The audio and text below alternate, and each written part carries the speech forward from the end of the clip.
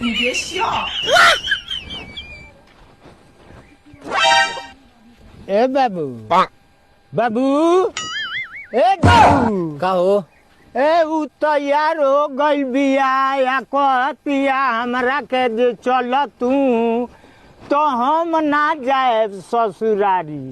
तो कहतिया तो तारा शादी के 1 साल हो गए। हाँ तो चल जाओ ओकरो नैहर घूमे का मन हुई पतोहिया के तो चल जा घुमा लिया तू ससुरारी घूम ए वो युग कुली आवेली ससारीन भौजाई तो लगेली सबन खोदे न खोदे तुम्हारा जीजा लगबा तो खोदियो सा ना आया हमारे साथी तारा के ना खोदियो सब बोले हुआ हमरा खोदियो सा जइबो ससुरारी तू खोदियो सा हमरा के तो तू अब की पारी चल जा तू ही खोदवा लियो मारे बाबू पूछ लियो जो उठ जो ससुरारी जो भाग। ए बाबू तू हमार बात बुझत नहीं ख हैं वही कमारी हम नहीं जात ससुरारी जे हमारे इज्जत के बोर लगा दी सन।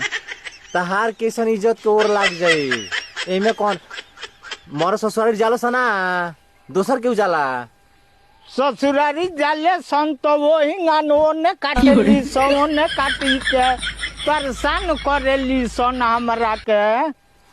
ए पापा जी का पतो ही कह न दे तनी नैहर से हमरा के घुमा ले आई। जा तो पतो तैयार हो गल बिया जा जा हमरा पतो के जा नैहर घुमा के लिए जा ले आई चली। बाबू हमरा जाए के मन नहीं करत लेकिन तू कह तो जाता नहीं थोड़ दूर। हाँ जो थोड़ी दूर लेना ये वो जा पतो कौन साथे लेके ये पतो ससुरारी के शिकायत नैहर में ना कइल जाला। ठीक बा मर्द के सनो बा लेकिन तहार पति ह तो पति के भगवान मानल जाला। ठीक बा हम ना चली ले जा ये एगो दुलरुआ बाबू बा बकलोले ह त का तनी ख्याल रखियो बाबू हम ना जाए ससुरारी कौन खियावतिया कौन खी मारतिया जइबो ना अबे मारे ला बाबू